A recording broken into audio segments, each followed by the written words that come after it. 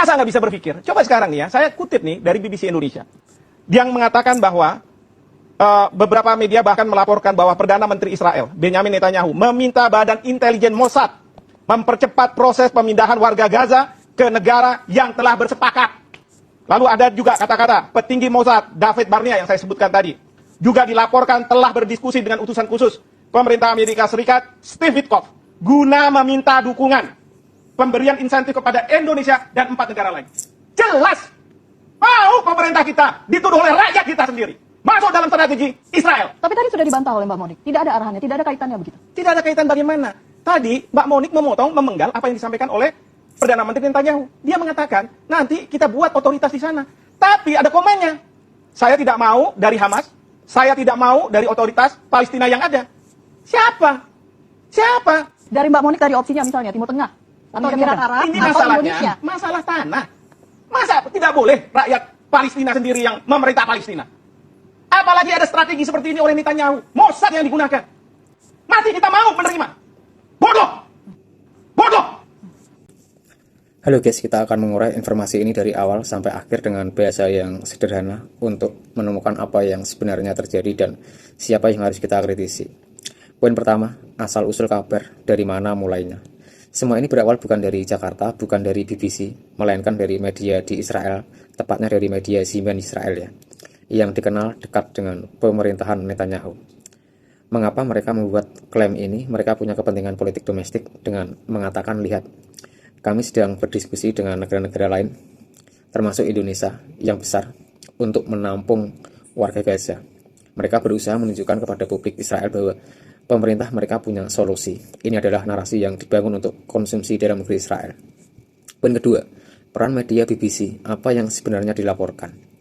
Ini adalah bagian paling kritis dan paling sering disalahpahami. BBC Indonesia sebagai kantor berita melihat laporan dari media Israel itu sebagai sebuah isu yang sedang beredar. Mereka kemudian melaporkannya dengan format jurnalistik standar. Perhatikan frasa-frasa kunci yang mereka gunakan. Media Israel melaporkan, seorang pejabat Israel mengklaim, ini adalah perbedaan mendasar. Melaporkan sebuah klaim berarti ada pihak yang mengatakan A, menyatakan sebuah fakta berarti ada A adalah benar. BBC melakukan yang pertama, mereka hanya menyampaikan bahwa klaim itu ada, bukan membenarkan isi klaim tersebut. Tugas jurnalistik mereka adalah memberitahu publik, hey, ada narasi seperti ini yang sedang beredar dari sumber Israel.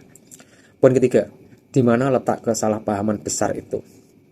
Kesalahpahaman terjadi karena kecermatan membaca yang rendah atau judul berita yang sensasional. Banyak orang termasuk beberapa politisi dan publik hanya melihat headline atau potongan berita tanpa membaca keseluruhan konteks.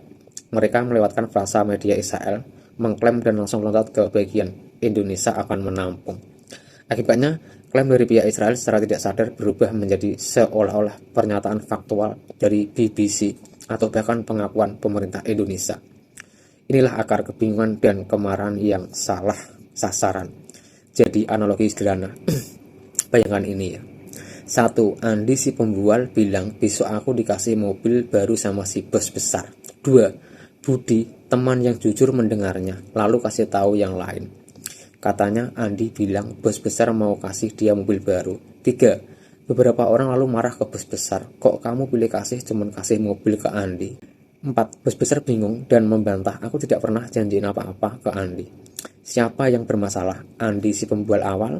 Siapa yang disalahpadankan? Budi yang hanya menyampaikan kabar dan bos besar yang justru menjadi korban klaim palsu.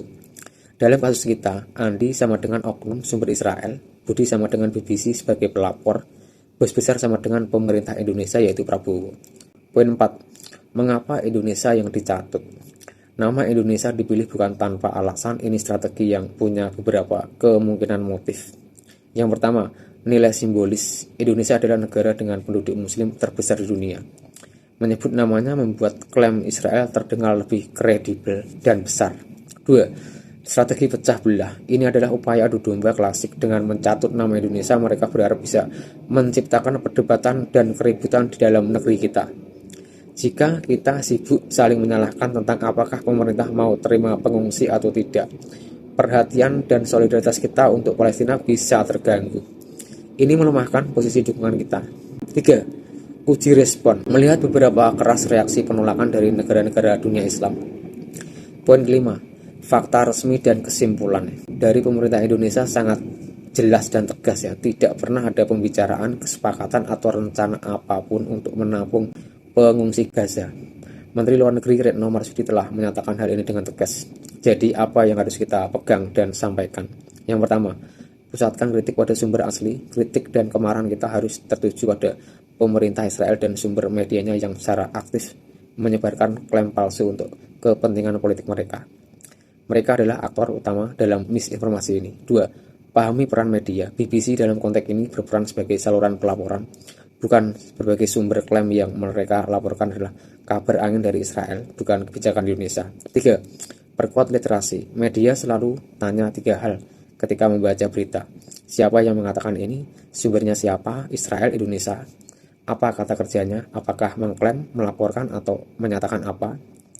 Kepentingan sumber tersebut. Jadi, teman-teman ya, kesimpulannya, jangan sampai kita terjebak dalam permainan narasi yang justru ingin memecah belah solidaritas kita.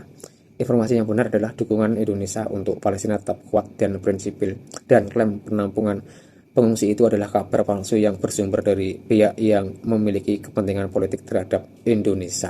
Dengan memahami alur ini, kita bisa merespon dengan lebih cerdas dan tidak mudah terprovokasi. Semoga penjelasan kecil ini bisa membantu mengurai kebingungan. Mari terus kritisi terhadap informasi, terutama yang berpotensi memecah belah Indonesia. Terima kasih.